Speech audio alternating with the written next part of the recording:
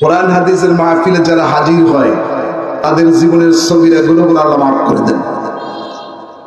পিতামাতা যারা কবরে আছে তাদের কবরের আযাব আল্লাহ মাফ করে দেন। এই মাহফিলে যখন আপনারা রওনা দিয়েছেন প্রতিটি কদমে কদমে 10টি করে নেকি আল্লাহ দান করেছে, আর বিগত জীবনের 10টি করে গুনাহ আল্লাহ মাফ করে দিয়েছে। এখন যখন বসে থাকবেন প্রতিটি শ্বাস প্রশ্বাসে 10টি করে নেকি আল্লাহ পাক লিখে দিচ্ছেন, আর বিগত জীবনের 10টি করে গুনাহ আল্লাহ পাক মাফ করে দিচ্ছেন। জীবনের একটি শেষ মাহফিল হয়ে যেতে পারে।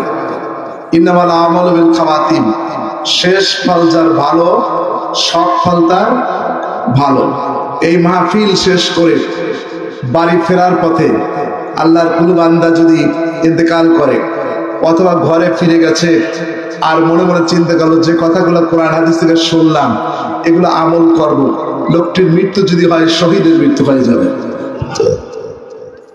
আসুন আমরা কোরআনুল কারীম ও রাসূলের হাদিস থেকে কিছু আলোচনা করব এবং শুনব। সুবহানাকা লা ইলমা লানা ইল্লা মা আল্লামতানা আমা তাওফীক ইল্লা বিল্লাহ আলাইহি তাওয়াক্কালতু ওয়া ইলাইহি উনীব।